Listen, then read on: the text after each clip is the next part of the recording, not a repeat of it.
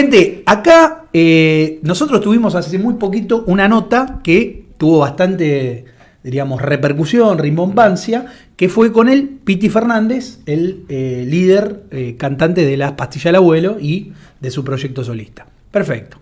A raíz de eso hubo, diríamos, un recorte que la radio subió, diríamos, celebrando esta apertura a lo que es el revisionismo histórico de el Piti Fernández. Sí. Se ponen en contacto conmigo los muchachos y amigos, camaradas de Patria al Hombro, que les mandamos un saludo si llegan a estar ahí conectados. Saludo para ellos. Y me pasan el teléfono, le pasan mi teléfono a Irulanducci. Me habían preguntado si le podía, le dije que sí. Irulanducci, que es a quien tenemos hoy en línea, ya habíamos coincidido nosotros con él en un vivo que hizo Lucas Carena en su canal El Gibelino, al cual le mandamos un saludo también, que nos había convocado para hablar de la censura, algo que estaba muy en boga ya por agosto, septiembre del año pasado, o julio del año pasado. Bueno, el vivo la verdad que estuvo bastante complicado. Cuando hablaba yo había eco, viste, de repente se desconectaba, de repente el que inició la sesión, que era Lucas, se desapareció del aire. Bueno, bastante llamativo, ¿no? Como fuerzas que estaban tratando de que nosotros no nos juntáramos y que no nos habláramos. Pero bueno, ahí quedó, diríamos, ese primer, diríamos, avance a lo que puede ser la continuidad del día de hoy. Pero bueno, sin hablar más, sin dar más prolegómenos, ni introitos, ni ningún prefacio, que ya me dicen que está en línea, acá Germán me lo dice, ya va a estar en pantalla. Bienvenido a Toripampa, Irulanducci. ¿Cómo te va, Iru? ¿Qué haces, Pablo? ¿Cómo andan? Un saludo gigante, Iru? gracias acá por tenerme. Estaba escuchando un poco la historia, le pusiste un poquito de mística. Y justamente haciendo un poquito de honores al tema que vamos a charlar hoy. Exactamente, así es. ¿Te acordás que fue bastante complicada la conversación, ¿eh? No fue nada fácil ese día. No, yo en ese contexto soy un poquito más, digamos, lógico, y creo que le voy a echar un poquito la culpa a Lucas Carena, que todos sabemos que el gran Lucas, lo que tiene de vocabulario, de sapienza y de sabiduría, no lo aplica tanto a la tecnología. Claro. Pero también voy a dejar la puerta abierta a que en aquel momento, que todavía sigue siendo así, no ha pasado, creo que se ha todavía incluso aumentado el nivel de censura, y ya tenemos que empezar a utilizar palabras como para tratar de esquivar algoritmos. ¿Viste? Cuando la gente pensaba que la lucha de Terminator iba a ser contra robot, primero venían los algoritmos y capaz que después sí van a sacar ahí a los perros metálicos a la calle, ¿no? Claro, bueno, fíjate vos cómo con esta pandemia, ¿no? que vino que nos brindó la elite mundial, fíjate cómo la gente empezó a dominar palabras que en su puta vida iban a hablar, ¿no? Cómo íbamos a hablar de algoritmos cuando no sabíamos ni siquiera lo que eran, salvo los que están en el tema de sistemas y todo eso, ¿no? Claramente. Digo, se fue abriendo como un gran panorama a un montón de temáticas que, claro, como dice, viste, quien quiera oír que oiga, ¿no? Quien quiera ver que vea.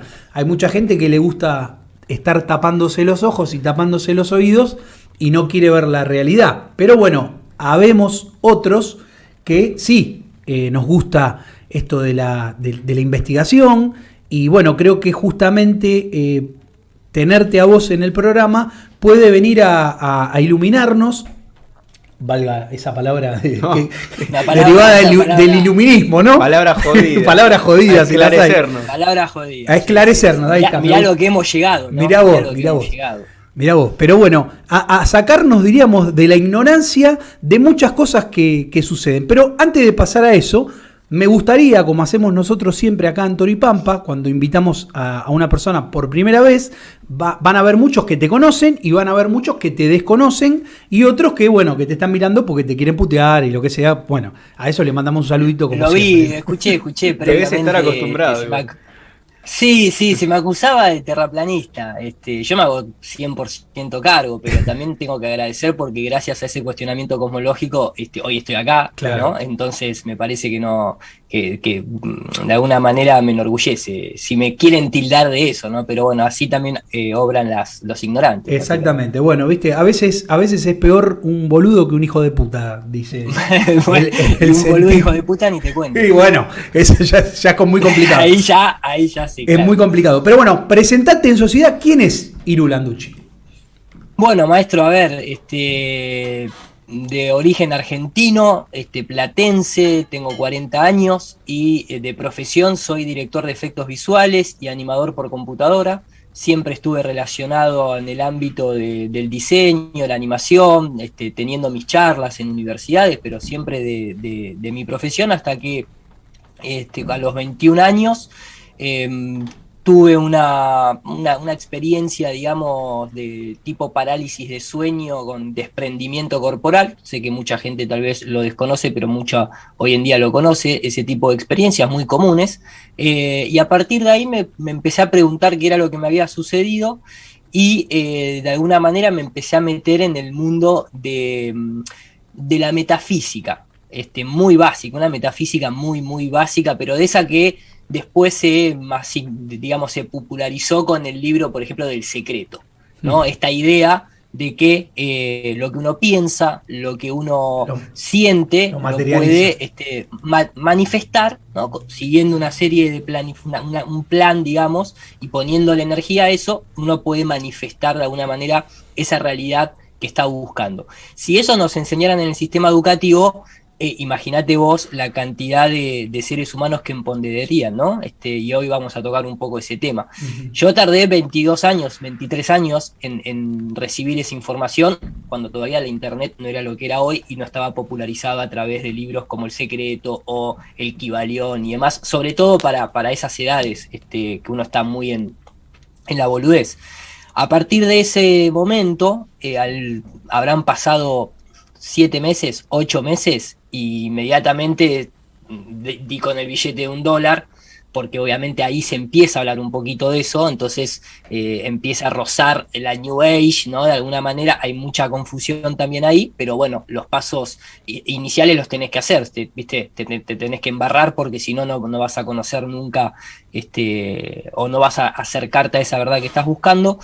Y te empezás a dar cuenta que por algo el billete de $1 tiene el ojo con la pirámide, la frase Novus Ordo Seclorum, y todo eso se empieza a manifestar en la realidad a través del nuevo orden mundial, y te empezás a meter en en ese hoyo de la madriguera, y te empezás a dar cuenta de que el mundo es más bien una especie de no es solamente política, economía, y sociedades regulares, sino que los que comandan están mucho más arriba de eso y vienen de un pasado que siempre ha sido ritualístico, ocultista, de jerarquías, de logias, ¿no? Y todo lo que hoy tal vez se conoce, imagínate cómo habrá sido de alguna manera el poder que habrán ganado, que hoy en día prendés Netflix y tenés Inside the Freemasons, ¿no? O sea, cuando ya llegan a ese nivel de exposiciones porque están muy relajados y tranquilos del poder que han tenido.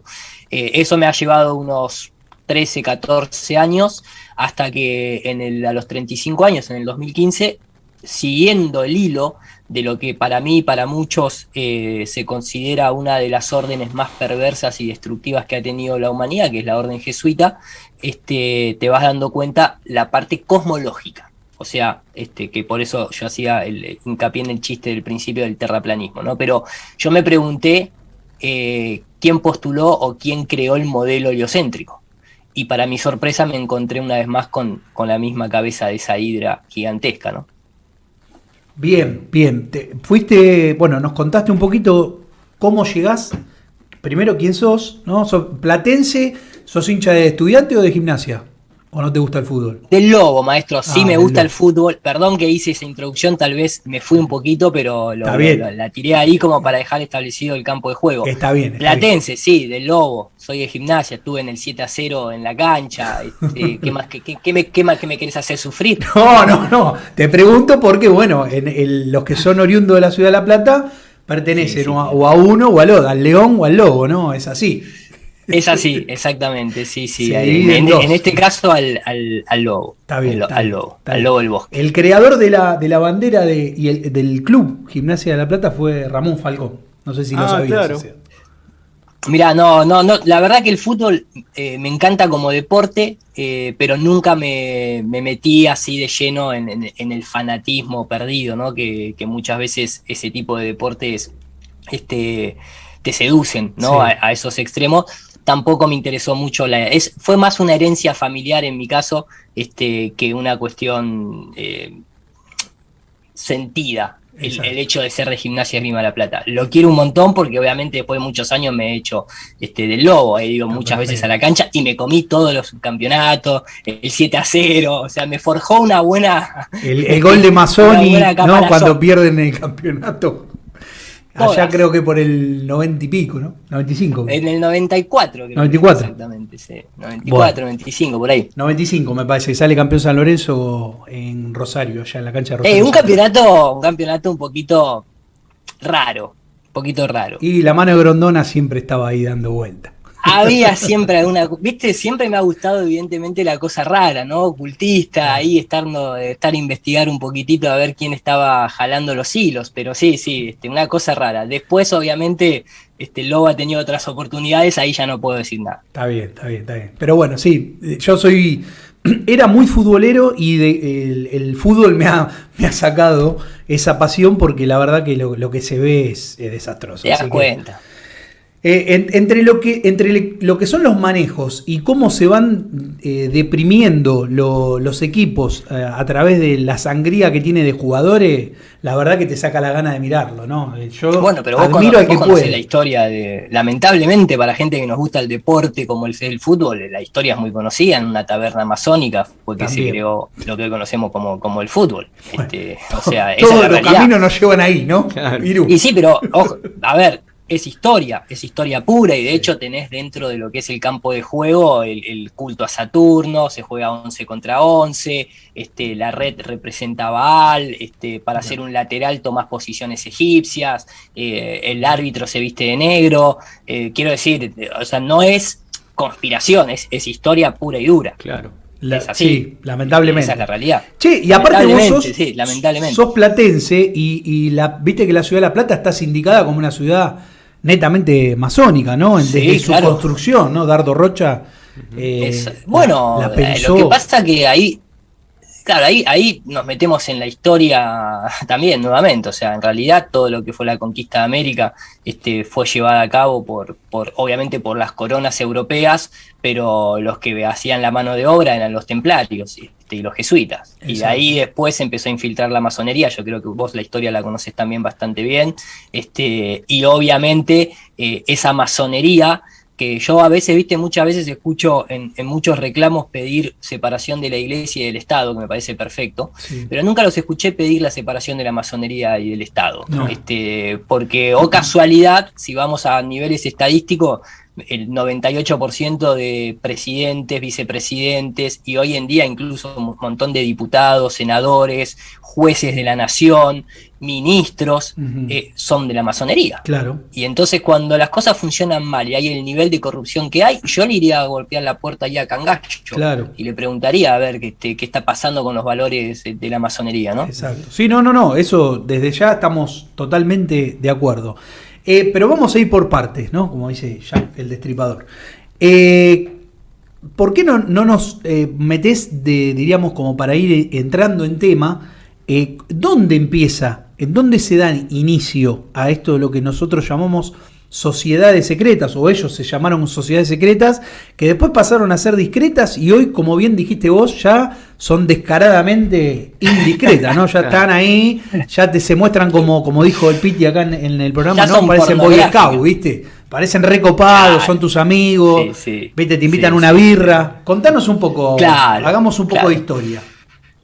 Hacemos, y aparte, bueno, pero cierro lo anterior, claramente la ciudad de La Plata, tomado ahí de los patrones de la ciudad de Washington, en Estados Unidos, obviamente preplaneada, previo a la construcción, típico justamente de la masonería, que son grandes constructores. Y la historia, justamente, mirá, Yo te digo, te voy a hacer una historia un poquito yendo para atrás, bastante en el tiempo, pero porque todo esto viene, está totalmente ligado a lo que es el nuevo orden mundial a través, lógicamente, del control social y de la manipulación, ¿no es cierto?, a través de la ingeniería social.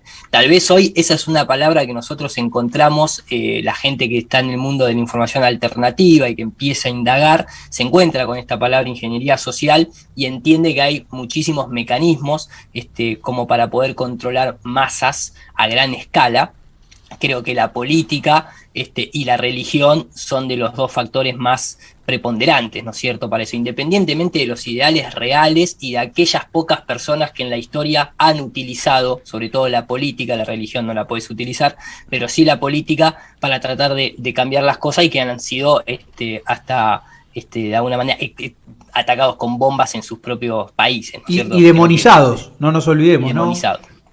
Exactamente, pero a lo que voy con esto es, vos pensás que hoy por hoy, a diferencia de los que muchos piensan que es que ha perdido el poder, porque tal vez se fijan en alguna baja de creyentes o adeptos, hoy en día el Vaticano sigue siendo por excelencia una de las, digamos, instituciones con mayor control en Occidente que tiene la historia. Y encima a eso se le añade que por primera vez en la historia un jesuita pasa a sentarse en el trono de San Pedro, que, o casualidad, es argentino también, ¿viste?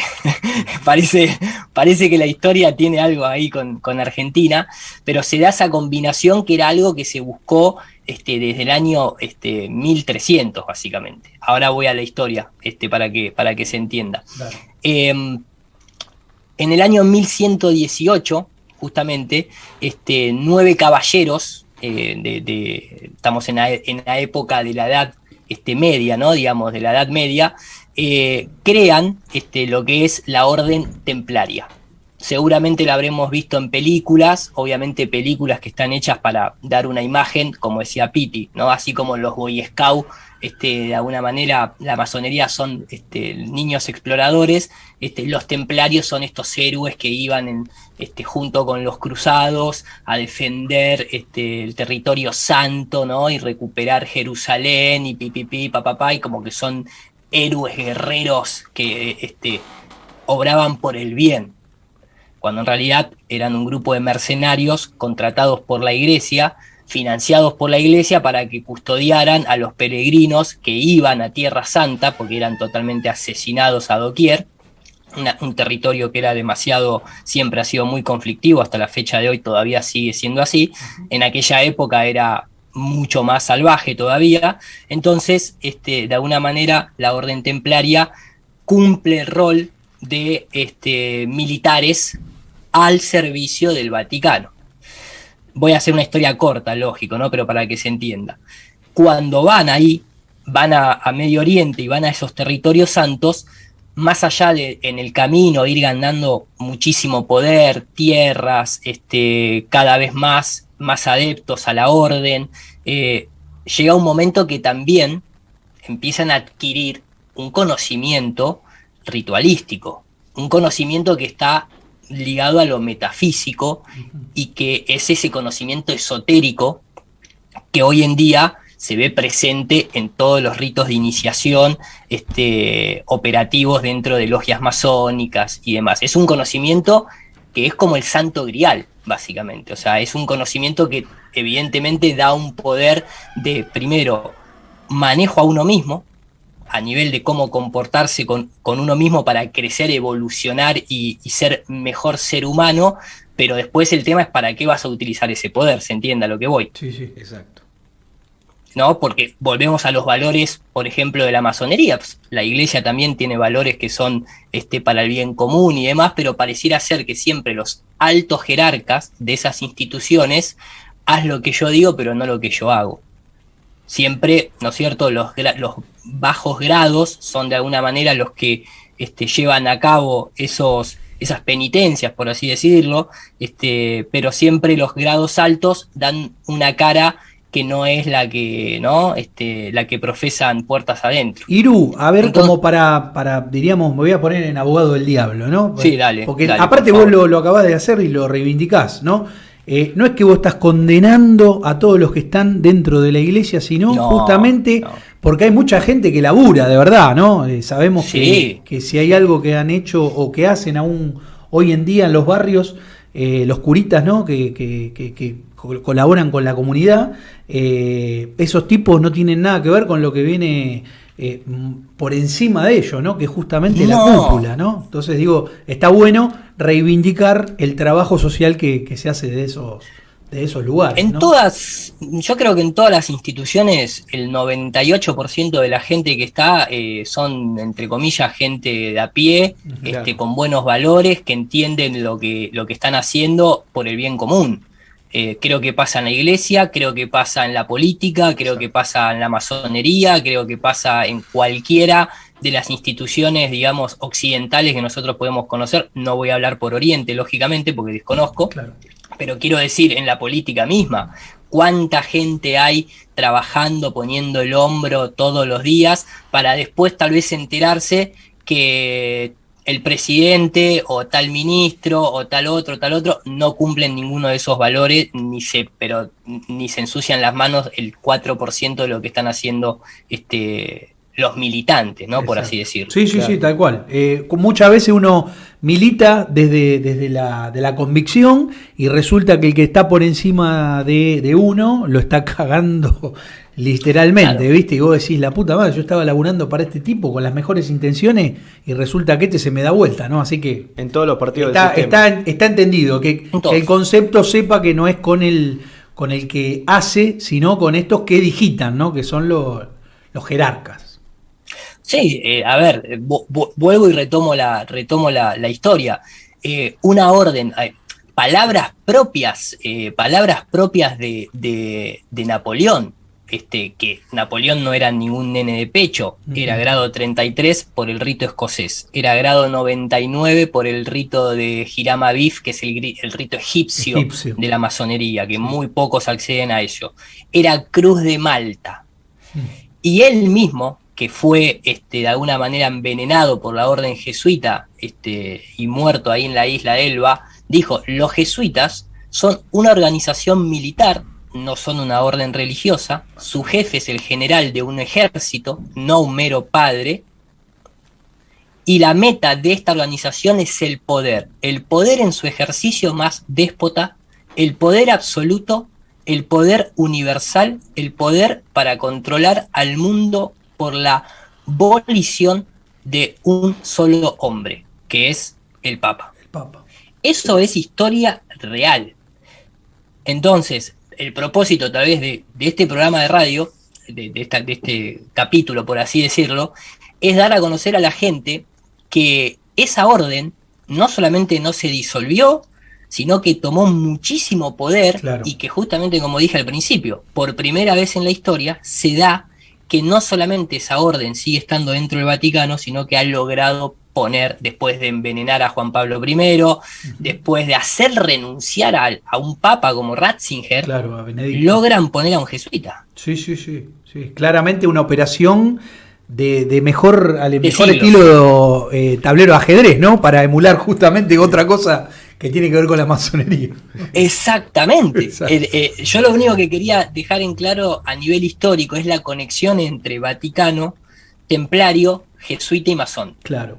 Bueno, viste que, no sé si vos viste, pero en un momento se había hecho de los templarios, viste, como que poco más que todos queríamos ser caballeros templarios, porque te lo ponían como el ideal del guerrero cristiano, ¿no? Claro. Y justamente hay una realidad, el mismo Papa de ese momento y el rey de Francia los terminan echando porque se dieron cuenta de que estaban operando en contra de ellos. Después se supo lo de escupir la cruz, bueno, y todas las barbaridades y atrocidades que ellos realizaban. Sí, Juancito. No, y hay un dato, con lo que estábamos diciendo, en el que lo aporta Jacques Desmaillet en el documental justamente sobre los templarios, que dice, claro, en el momento donde toda la Iglesia Católica condenaba la usura, los únicos que tenían permitido prestar a las coronas Era la orden de los templarios. Bueno, justamente los templarios tenían una manera de poder pertenecer a esa orden, que era dejar toda tu fortuna a la orden, y vos vivías como uno más, ¿no? Pero vos tenías que aportar a la causa. El tema es que la causa era la usura, ¿no? Exacto.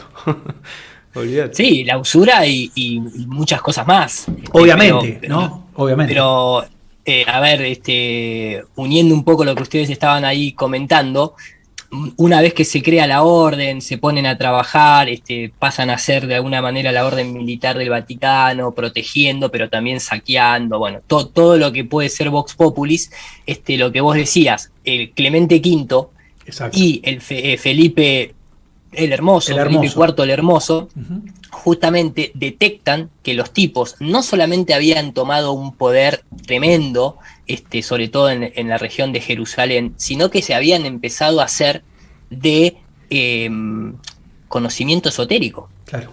Conocimiento esotérico que no viene de cualquier lado. Estamos hablando del conocimiento esotérico que viene de Sumeria, que luego es pasado en la guerra que tienen con los acadios, es pasado a los babilónicos.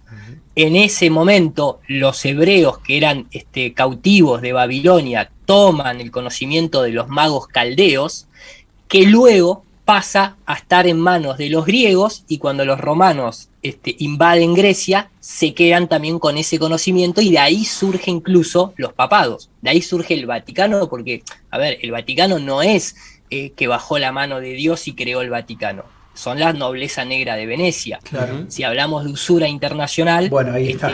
Hay 2 o 3 nombres que surgen enseguida, y dentro de la nobleza negra los Medici como que son los más conocidos dentro de todo esto. Claro. Entonces, hasta figuran, recordemos, si alguno leyó La República de Platón, ahí se puede ver lo que es el principio del nuevo orden mundial con lo que hoy estamos viendo también, ¿no es cierto? Y eso viene justamente de estos ritos anteriores, que me fui para atrás, pero para que tengamos en cuenta el poder que es el conocimiento, exacto, más allá de lo que pueden ser las armas o otro tipo de... Iru, aparte hay otra cosa, ¿no? Fíjate que vos, que si ellos fueran tan buenos, ¿no? Que quieren diríamos, el bien común de todos, todo ese conocimiento, como vos lo recalcaste ya varias veces, ¿por qué no se lo enseñan a todos, no? Porque si todos tuviéramos ese conocimiento, supuestamente tendríamos que estar mucho mejor de lo que estamos. Pero si vos utilizás el conocimiento para tu propio fin y para diríamos, aplastar al otro, claramente lo que vos estás haciendo es dominar, ¿no? Creo que pasa por ahí la cosa. Coincido. Y por eso, más allá que lo hemos resumido, acá cuando Felipe el Hermoso y Clemente V, Felipe el Hermoso porque estaba endeudadísimo hasta la corona de pedir dinero para sostener una de las guerras más principales que tenían en su territorio, que era la guerra con Inglaterra. Entonces, ¿a quién le pedía dinero? Bueno, en este caso, oro, a los templarios. Entonces, Clemente V, que era el papa, estaba preocupado por todo ese poder que estaban tomando. Entonces dijeron, bueno, mandamos a eliminar a la orden, vos no vas a deber más dinero y yo no voy a tener más problemas de que me copen a mí el territorio. Claro. ¿Sí? Dentro del propio Vaticano. Entonces ahí es cuando, por primera vez en la historia, y esto no es un dato menor, por primera vez en la historia se da esta situación en el siglo XVI, que no es que levantabas el teléfono, te mandabas un correo electrónico para coordinar una redada. Sin embargo, se da la particularidad de que en Francia toda la milicia francesa coordinada invaden las logias templarias y los atrapan a todos. Lo raro es que los templarios los estaban esperando, no estaban preocupados, de hecho no estaban un montón de registros, de textos de registros históricos de la propia orden, no estaban en los lugares que tenían que estar, no estaba toda la riqueza que debía estar, como que se dejaron atrapar, pero al mismo tiempo empezaron a sacar cosas necesarias para volver a reformarse de alguna manera. Eso fue algo que llamó bastante la atención. Y ahí es cuando viene el famoso caso de cuando lo queman vivo a Jacques de Molay, que claro, era como él. Y a la fecha de hoy, sigue estando en Estados Unidos, está la escuela que se llama Jacques de Molay, que viene de la mano también del Rotary Club, de los Boy Scouts y demás, que fue donde se educó, por ejemplo, Walt Disney. Digo Walt Disney, ¿por qué? Porque también es un personaje bastante mítico, muy relacionado con todas las logias ocultistas, muy aliado de los científicos nazis en su momento, y Walt Disney hoy por hoy es uno de los lavados cerebrales más grandes que existe en los medios de comunicación. O sea, la empresa Disney controla el 98% de los medios de comunicación que a sus hijos les lavan el cerebro, ¿no? Bueno, pero viste que dicen que si Disney estaría vivo no estaría conforme con lo que hace su empresa, ¿no? Pero ¿cómo no va a estar conforme si Walt Disney es uno de los de Jacques de Molay? O sea, Walt Disney tiene sangre merovingia, básicamente. Claro. Es sangre merovingia en América. O sea, bueno, pero viste, a ver, haciendo un raconto de lo que era el contenido Disney antes a lo que es el contenido Disney actual, es como que no, el tipo no estaría de acuerdo con su propio, por su propia empresa, ¿no? Qué sé yo, no sé. Mirá, déjame decirte que Walt Disney pone por primera vez de manifiesto la doctrina del shock para mensaje subliminal. Por eso en todas las películas de Disney, desde la primera hasta la última, siempre vas a tener en los primeros 20 minutos la muerte de una figura familiar que representa al padre o a la madre. Vas a tener lo mismo que se ve en El Rey León y lo que se ve en Bambi, y todo ese tipo de cosas, estaba todo planificado desde una doctrina de shock para generar un impacto en el espectador, para luego colarle un mensaje. No me quiero poner en discutidor, Pablo, no, yo lo que te digo porque es lo que se habla en el mundillo, ¿viste? Si igual llega a ver a una hado madrino negro, se pega un tiro en la bola, a eso. Pero es verdad que la estrategia, digamos, de manipulación del pensamiento en la película seguramente ya estaba. Claro, hay una cosa, lo que vos estás diciendo, Iru, es muy claro. Y claramente el mensaje que había hace 40, 50 años atrás o 60 años atrás no es el mismo que se quiere llevar hoy, ¿no? O sea, claramente todo va mutando. Por eso yo decía que si el enemigo muta, uno también tiene que mutar, ¿no? Porque si no vos te quedás peleando con el cuchillo todavía, ¿ves? Totalmente. Y bueno, y esto fue justamente, creo que va de la mano de mutar, es lo que ha hecho la Orden del Temple. Cuando supuestamente la desarman a la Orden del Temple con estas estrategias que se llevan a cabo en Francia, hay una división. ¿Por qué? Porque después, yo la voy a resumir, ¿no? Pero digamos, dentro de esa captura que se hace, hay muchos templarios que son quemados, van a juicio, hay como 14 años de juicio, y hay muchos que son absueltos. Muchos de los que son absueltos se vienen justamente para Suiza, para Escocia, para el sur de Francia y para España. Obviamente, en Suiza y Escocia eran dos territorios donde el papado no tenía en ese momento suficiente poder como para molestarlos de alguna manera. Recordemos que solamente el Vaticano y Suiza son las únicas dos naciones o estados al día de hoy que tienen bandera cuadrada. Todos los demás países tienen bandera rectangular, y eso es una jerarquía dentro de lo que es, por así decirlo, esta cuestión de la UCC, de lo que tiene que ver con la ley marítima y jerarquías de alto poder. Lo estoy diciendo muy por arriba, pero para que se entienda. Digamos que acá en Suiza, digo acá porque yo estoy acá en Suiza, es donde está el Banco de Pagos Internacionales, la ONU, la OMS, ¿no? Todas las FIFA, si querés también. Llevémoslo a idioma de barrio, todos los garcas están en Suiza, ¿no? Exacto. Todas las tres letras. Las tres letras están en Suiza. Exactamente.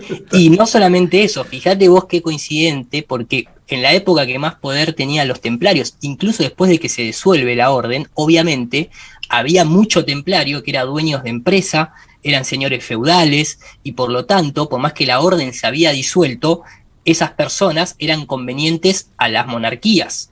Entonces los dejaron estar ahí y seguían sin pagar impuestos, porque tenían como su estado propio, que es una práctica que hoy se sigue llevando a cabo. Por ejemplo, acá el Banco de Pagos Internacionales, que está acá en Basilea, el territorio del propio BPI está bajo su propia jurisprudencia, o el Vaticano también, o las iglesias mismas son territorio diferente al estado o al país en el que se encuentran. La policía no puede entrar a una iglesia, por ejemplo. Entonces, ese tipo de prácticas a la fecha de hoy se siguen llevando a cabo y no han mutado. Nosotros las desconocemos, tal vez como público de a pie, ¿no? Pero hay mucho vericueto de que no se pagan impuestos, pero a los esclavos sí nos hacen pagar impuestos. Entonces hay muchas cosas que todavía pareciera que estamos en la Edad Media, por así decirlo. En Escocia, ¿por qué hago referencia también que se va en Escocia? Porque ¿dónde surge la protomasonería más fuerte? Por algo se llama el rito aceptado Escocés. y libre escocés. Claro. Toda la masonería operativa de esta modernidad se crea en Escocia. Y oh casualidad, Inglaterra y Francia, que hoy por hoy son las caras más visibles de estas logias, yo lo que no entiendo es cómo la gente, lo hablábamos fuera del aire con Pablo, no se da cuenta que las logias masónicas son un centro de intervención de inteligencia. Claro. O sea, no es una orden para ir a hacerte, sí, si querés volvemos a lo mismo. Hay mucha gente que va y encuentra en esas logias una manera de hacerse o rehacerse como ser humano, buscando un alto estándar espiritual y moral y ético y fraterno, etcétera, etcétera. Pero todas las logias, todas, las que están en Argentina, las que están en Uruguay, las que están en Washington, rinden culto y obediencia y tienen que mandar todo el papeleo a la gran logia de Inglaterra. Claro. Entonces, es como por lo menos para decir, che, Sí, es llamativo, ¿qué está pasando, ¿no? Acá? Es Es llamativo. Y, o sea, Iru, vos sabés que hay una cosa, vos en un momento hablabas de lo que había dicho Napoleón sobre los jesuitas, y acá pasó con Juan Manuel de Rosas. Juan Manuel de Rosas claro, le saca la proscripción que había sobre los jesuitas, los trae de nuevo, porque claro, él sabía que los tipos eran hábiles espiando y sabían que se metían en el terreno, ¿no? Como se suele decir, en el barro. Andaban en todos los lugares. Entonces todo lo que ellos escuchaban, él pensaba que se lo iban a pasar como información a él. Cuando él detecta que los jesuitas lo primero que hacían era mandarle toda la información a la orden a la cual pertenecían, y después la orden decidía qué le podían decir a Rosa, dijo, no, pará, yo lo traje a esto, le saqué la proscripción de encima y me están cagando a mí. Así que claro, le estaban operando como servicio como de buen inteligencia. jesuita. Como buenos espías, claro. Los terminó echando y se quedó con algunos que le fueron leales a él y que renunciaron a su condición de jesuita, ¿no? Pero bueno, claramente está todo en eso, ¿no? Son grandes servicios de inteligencia y todos los servicios de inteligencia trabajan para esta gente. Y mirá, tres cosas para complementar lo que vos estabas diciendo. La primera, recordemos que el confesionario es un invento jesuita y está creado para saber, le importaba tres carajos confesar a don Pepe que trabajaba haciendo pan. Ellos lo que buscaban era que la viuda o que algún empleado dentro de una casa noble ingresara al confesionario y los iban llevando hasta que empezaban a contarle cosas internas de las casas de los nobles. Exacto. Y entonces de esa manera los jesuitas después iban, golpeaban la puerta y ayudaban a restaurar la familia, o en el caso lo que más les gustaba era cuando había una viuda, y justamente la viuda con el corazón totalmente roto, con problemas tal vez financieros porque no tenía el manejo de la casa y demás, ¿quién iba? Los jesuitas, y empezaban a autodonarse territorio, casas. Eso figura en el que si lo ponen en Google lo van a encontrar inmediatamente y se lo recomiendo, figura en el libro de instrucción llamado La Mónita Secreta, que es el libro de instrucción de iniciación jesuita que ahí explican cómo los jesuitas debían infiltrarse, sobre todo en lo que me gustaría terminar a mí de contar hoy, que es la parte de las universidades, porque ahí es donde está su verdadero poder.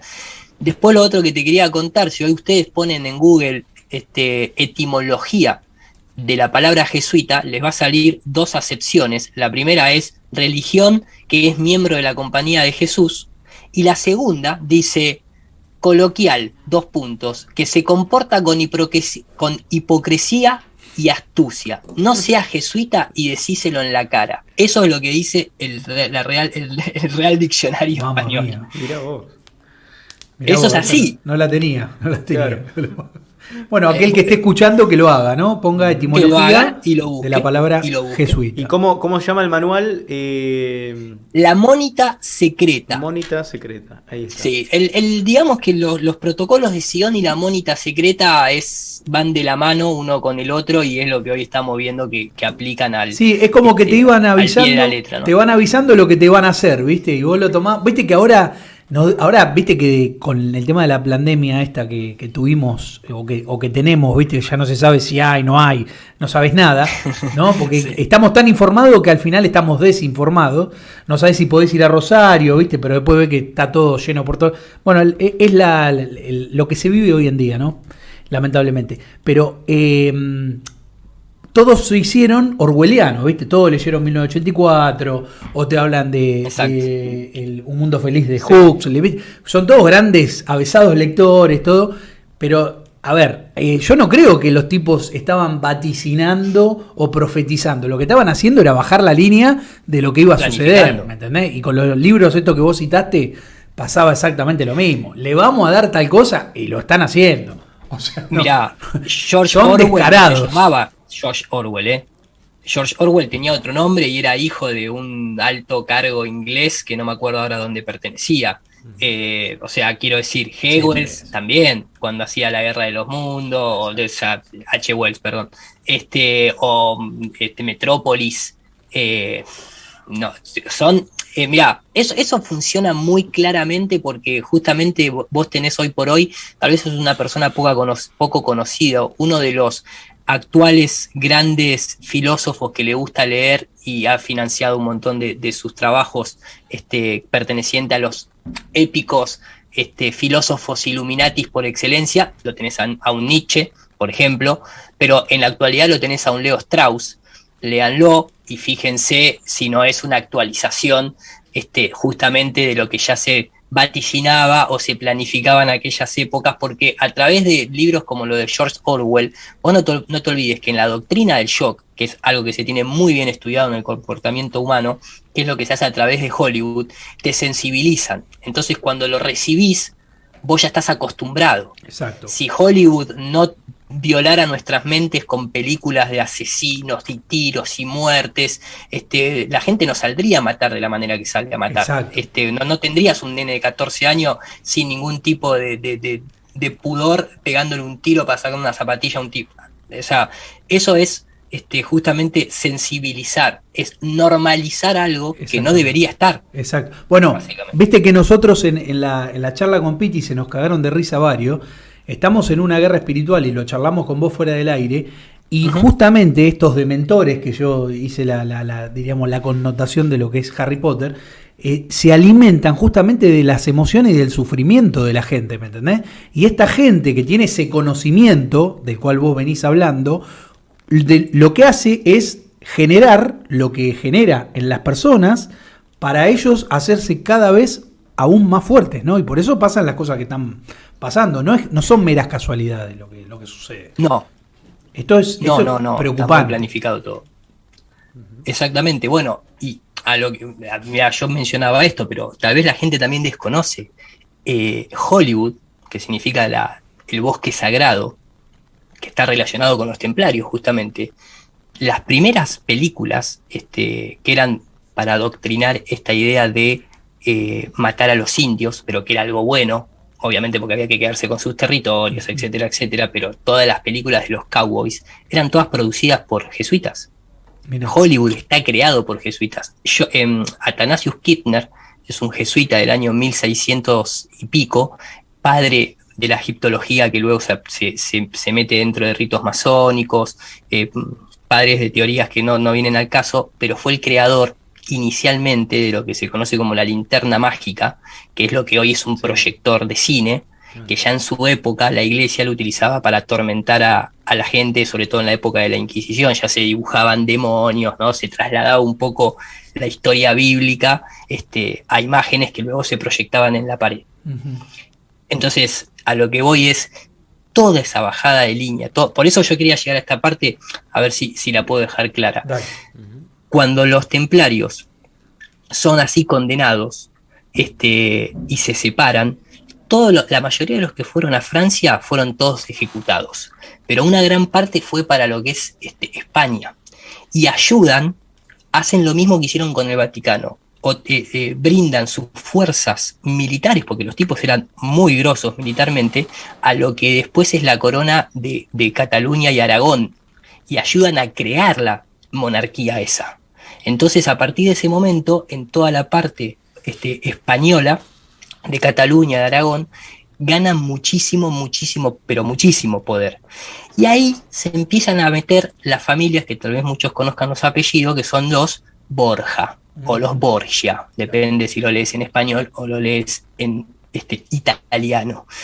¿Por qué? Porque fíjate qué astutos que son los tipos. Los tipos dicen, bueno, nosotros como templarios no podemos seguir existiendo en este momento del tiempo, porque estamos siendo perseguidos, nos han prendido fuego, hasta tal vez era la referencia a las brujas, ¿no? De alguna manera.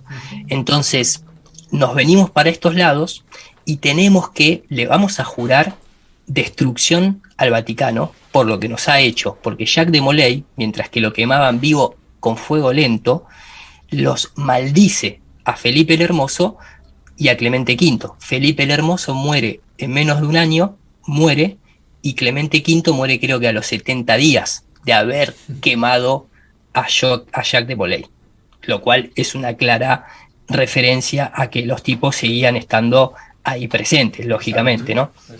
Entonces, lo que hacen ellos es, a través de los Borgia, crean esta imagen de Ignacio de Loyola, que existió Ignacio de Loyola, existió lógicamente Loyola, lo toman a Loyola, le hacen todo un mito, lo voy a hacer muy corto, pero le hacen todo un mito. Supuestamente él era un soldado, un guerrero vasco que estaba convaleciente con una herida de guerra y iba camino a Barcelona para embarcarse a Jerusalén, y de golpe entra a la basílica de Montserrat y ve la imagen de la Virgen. Los jesuitas son hiperadoradores de la Virgen.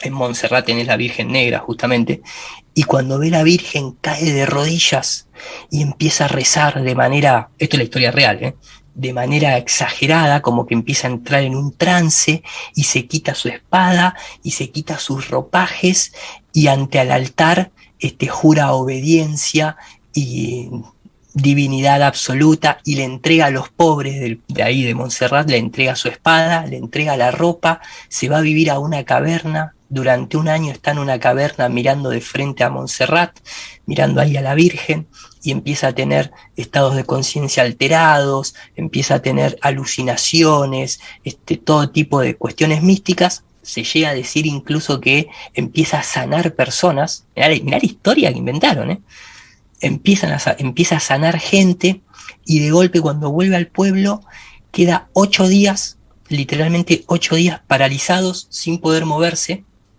sin comer, sin nada, y eso es como que lo beatifica, como que dicen, oh, este tipo es un enviado.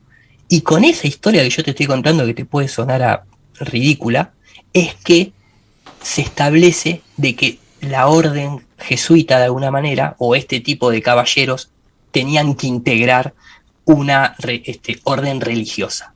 Y ahí el que más puja hace es justamente uno de los Borgia. De hecho, están los famosos 3 Franciscos dentro de la orden jesuita. Francisco Javier es uno de ellos, Francisco de Borgia es el otro, y Francisco, el Papa nuestro, que obviamente se llama Jorge Bergoglio, se pone Francisco no por ser un franciscano, claro, no o por Francisco de Asís. No, claro. No, se pone Francisco porque los jesuitas tienen como adoración a los 2 Franciscos anteriormente mencionados. Después cada uno decidirá y así se integran a la iglesia. Te cuento una, ahora que lo nombraste a Francisco, y por qué se puso Francisco, lo cual sabemos que es mentira, ¿no? Porque él no era franciscano. A ver, recordá que el jesuita está considerado como astuto y engañoso e hipócrita. Por eso, sí. Así que lo que diga, es todo chamullo, claro. Pero vos sabés que hay una cosa, su cruz, la que él lleva, viste que cada papa manda a construir la cruz que va a utilizar durante su papado, ¿no? La cruz de él tiene un Cristo totalmente arruinado, ¿no? Destruido, como avejentado, vencido. Sí, totalmente, incluso con una actitud muy, muy más allá de lo que fue diríamos, la pasión La de Cristo, crucifixión. la crucifixión de Cristo. Este es muy particular, es casi tétrico ese Cristo, ¿no? Sí. Pero además de eso, tiene un dato que vos ves a la paloma, ¿no? Que sería la representación para el católico del Espíritu Santo, que en vez de estar, viste que una paloma cuando vos la ves bajar, baja con las alas abiertas y baja con las patitas, ¿no? Exacto. Ninguna paloma se tira como un halcón o como un águila, porque no son aves rapaces. Como Horus. Exactamente, ¿viste? Entonces está la paloma cayendo, lo que en realidad no es que está yendo en una posición de ataque, sino que está cayendo muerta, Claro. lo que data de que el Espíritu Santo está muerto. Y vos sabés que esa misma paloma la vi en la piedra bautismal del Palacio San José, del general Urquiza, el traidor Urquiza, ¿no? Como se lo suele llamar en el palo nuestro, en el nacionalismo. La tenía ahí un masón grado 33, pero claro, para caretearla tenía su capilla dentro del palacio, ¿no? Lo tenía en un lugar, diríamos, en una de las entradas de servicio, ¿no? En el lugar principal. Claro. O sea que le daba poca rimbombancia a lo que era Pero bueno, esa piedra tiene la misma paloma que tiene el Papa Francisco o Jorge Bergoglio en su cruz. Así que fíjate vos esos detalles que uno no los conoce o no los ve, cómo a uno le llama la atención, ¿no? Yo cuando estuve ahí de visita en el Palacio San José, lo primero que hice, dije, ¡plac! Le saco la foto porque Claro. esto es raro, ¿me entendés? Y bueno, era la misma paloma que tiene el Papa. Ya, sin ir más lejos me hiciste acordar, hay una frase que dice justamente el propio Francisco de Borgia, o sea, el propio creador de los jesuitas, dice, o sea, el tipo, voy a leer una parte de su biografía, porque él mismo era consciente a qué tipo de amo servían. No nos olvidemos que aquel viernes 13 de 1307 creo que fue, por eso de ahí la superstición del viernes 13 viene de ahí, cuando matan o sea, cuando irrumpen las fuerzas y número militares de cabalístico, si Francia. los hay, ¿no? El número, exacto. En ese digamos, en ese momento, dentro de los juicios que le hacen a los templarios, necesitaban algo, digamos, concreto para acusarlos de hereje. Y obviamente, si es verdadero esto, ellos rendían culto a Baphomet, a esta imagen de el macho cabrío, ¿no? Que tiene mucha simbología geométrica, esotérica y demás, pero se utiliza eso para acusarlos. Ahora, no es un dato menor que también el culto de Baphomet tiene por definición un ritual.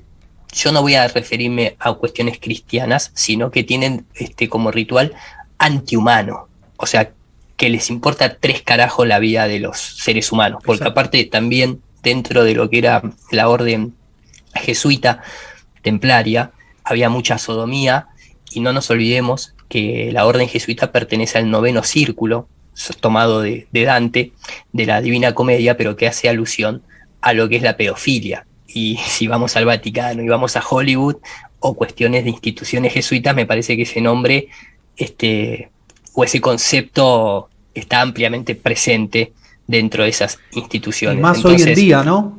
Y más hoy en día. Donde más hoy en día. Hay más, países como Francia que masonería, la quieren legalizar. Exacto. Entonces, el propio Borgia, él, justamente sabiendo todo esto, porque como te digo, no era ningún nene de pecho, él mismo dice en su propia biografía, o en sus propios escritos, dice: soy tan pecador que el único sitio que merezco es el infierno. Busqué un puesto propio para mí en la Biblia y vi que el único que me atrevería a ocupar sería a los pies de Judas el traidor. Nosotros, los jesuitas, llegamos como corderos, pero reinaremos como lobos. Seremos expulsados como perros, pero volveremos como águilas. Vos pensá esto, Pablo, y oyentes, obviamente, todos, ¿no? Fíjate la definición que te leí oficialmente de la Real Academia Española de lo que es un jesuita. Un jesuita, sí. Y ellos dijeron estoy a los pies de Judas, simbólicamente, llegaremos como corderos, como buenos tipos, pero reinaremos como lobos. Seremos expulsados como perros. Los jesuitas en una época han sido expulsados de más de 80 países, Exacto. incluyendo la historia argentina, lógicamente, cuando crean el comunismo en las reducciones paraguayas sobre todo, pero acá en Suiza, incluso en Suiza, que estamos hablando de un país templario, en la primera constitución suiza estaba prohibido que ingresaran jesuitas. Y mirá que acá se firmaron los protocolos de Sion, se firmaron acá, en Basilea. Acá estaba Teodoro Herz. Yo vi el propio libro escrito por Teodoro Herz donde dice que Palestina y Argentina eran la tierra elegida. Claro. ¿Cómo se llama? Der Judenstadt. Exacto. Está acá en el museo a 20 cuadras donde yo estoy acá. No es conspiración en absoluto. No, ahí lo tenés ahí. Lo tengo filmado y subido a mi Instagram. Claro. Exactamente. Entonces quiero decir, se lo echaron de 80 países. Sí. ¿Y cómo hicieron los tipos? Porque después, resumo así, templarios crean la masonería, se infiltran dentro de la iglesia con mucho más artilugio que acá no llegaríamos a contar porque la historia es muy larga. Claro. Después toman mucho poder, los vuelven a echar como perros, pero siempre vuelven renovados como halcones, como ave fénix de las cenizas, básicamente, y a partir, ya fíjate lo que terminan haciendo, ellos lo que terminan haciendo, aprovechan a Napoleón y en la Revolución Francesa secuestran al Papa en 1814, secuestran al Papa y obligan al Papa, que habían secuestrado, que los vuelva a restaurar como orden. Y a partir de 1800, creo que es 1826, una cosa así, tarjón por la fecha porque se me meten todas una arriba de la otra, vuelven a restaurar y a partir de ese momento no son más destituidos de ningún lado de Europa. Pero los tipos, acordate que la Revolución Francesa está organizada por los Illuminati, los jacobinos y los masones, porque Adam Wakehouse, que era un jesuita. Judío converso, pero educado por jesuitas. Sí. Entonces esa parte de judío conversa que no haya sido parte de algún plan, porque los jesuitas son los que tienen la frase que el fin justifica los medios. Sí. Si vos lees La Monita Secreta, incluso hasta la homosexualidad es permitida si el fin justifica los medios. Claro. Entonces, a lo que voy es, ahí cuando crean los Illuminati, más allá que oficialmente duraron pocos años, hoy en día siguen estando, porque hoy en día los Illuminatis es una palabra que representa un conjunto elitista. Exacto. De personas que vienen de estas familias. Sí, oficialmente fueron 6 meses y pasan a la clandestinidad en Alemania, ¿no? Bueno, el mismo modus operandi que tuvieron los templarios. Claro. Sí, todos más o menos operaron de la misma manera.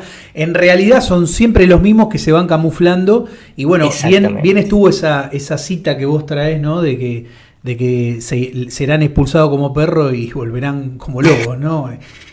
Claramente explica más que bien en cómo operan y cómo se van infiltrando en las diferentes organizaciones y instituciones, ¿no?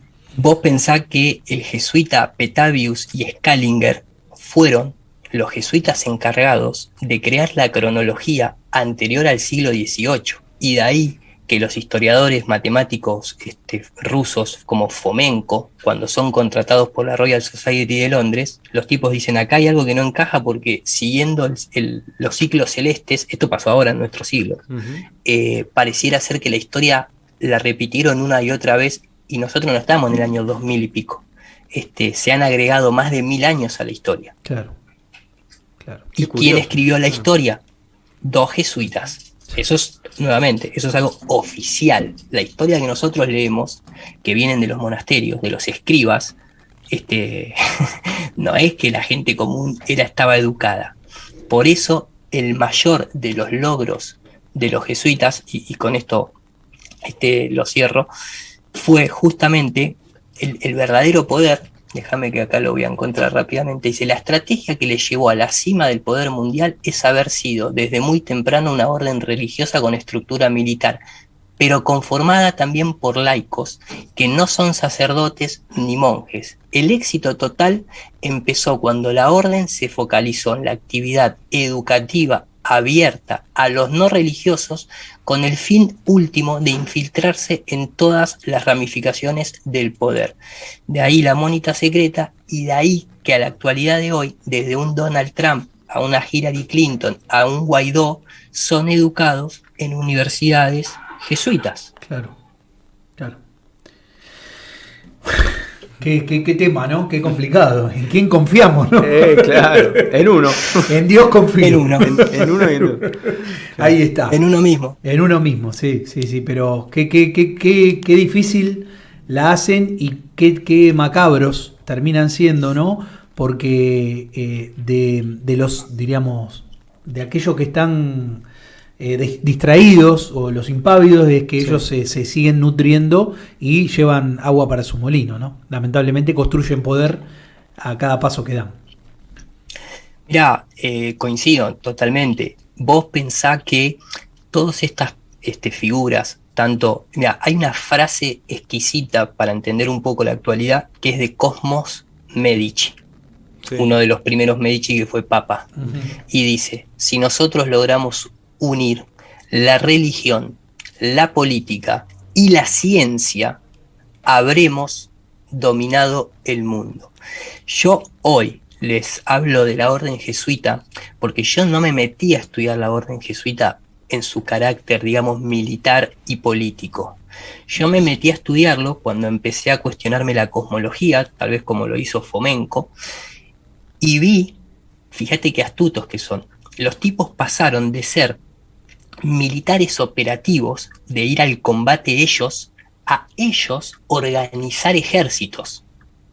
O sea, cuando manejaron a un Napoleón, manejaron todo ese ejército. Cuando crearon un social nacionalismo en Alemania, vos acordate que Adolf Hitler en persona dice: yo utilicé la jerarquía jesuita y sus enseñanzas para constituir la SS. A la fecha de hoy, los propios de Goldman Sachs te dicen que sus jerarquías empresariales están basadas en la educación jesuita. Recordemos también que la educación prusiana justamente es cuando los jesuitas se infiltran en Rusia, bajo el zar Alejandro I. Entonces, los tipos pasaron a ser manejadores de ejércitos y ellos ya no sacrifican más su vida, sino la de los otros. Y después, el gran poder que tuvieron fue cuando ellos estaban operativamente ahí en Medio Oriente, toman toda esa sabiduría de los inicialmente magos caldeos de Sumeria, que ese es otro tema hermoso para tratar, y por eso dentro del Vaticano se vuelven la orden que crea el calendario, que crea toda la cosmología inventada del modelo heliocéntrico. De ahí es donde yo me meto. Recordemos que Nicolás Copérnico, Johannes Kepler, Galileo Galilei, eran todos de la orden jesuita. De hecho, Galileo jamás fue condenado, hasta sale en el diario El País eso. Entonces, eso a lo que voy es una institución que está caracterizada por hipócrita, por mentirosa, por despiadada, es no solamente la que te dio la educación laica, sino también es la que te está dando la cuestión científica para decirte del lugar a donde vos estás y pertenecés. Claro. ¿No? De supuestamente de dónde venimos. Te lo dan desde un contexto religioso y te lo dan desde un contexto científico, claro, pero que se une siempre con esa adoración al sol. Claro. Entonces, muy interesante el tema. A mí me parece que es, como decía George Orwell, obligación de una persona, de un ser humano sabio, revisar lo obvio. Tal cual. Tal cual. Irú. Bueno, Irú, el tiempo, como se suele decir, es tirano. Y tenemos que ir pasando ya al bloque acá de mi compañero Juan. Se nos fue volando la entrevista. Ah, sí, la verdad que pasó. Yo no pensé tener tanto tiempo. Sí. Acá nos gusta dedicar el tiempo a la gente para que se explaye. Como siempre decimos, no quiere decir que nosotros coincidamos 100% en lo que el invitado dice, pero vos sos el que domina el tema. Acá cada uno que ha escuchado la entrevista luego sacará sus conclusiones, investigará y bueno, quizás hayas despertado el bichito de diríamos, del subconsciente al No, y también encajar distintas o de la piezas. duda. Claro, y encajar distintas piezas a Claro. algunos oyentes que quizás alguna cosa no les cerraba y ahora cierra. Pueden encuadrarlo.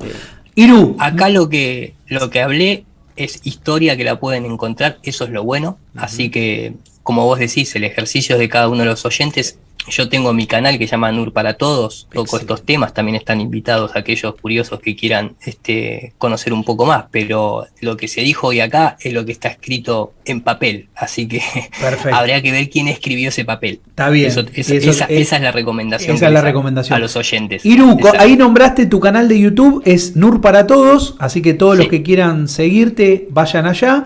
¿Y en dónde más te pueden encontrar?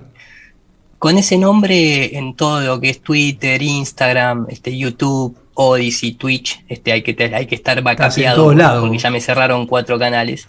Pero déjame agradecerte, maestro, por el espacio, la verdad que un placer, a disposición de ustedes para cuando quieran volver a tocar estos temas y continuar justamente esta historia y llevarlo un poquito más a la cuestión presente de este nuevo orden mundial que nos toca hoy vivir.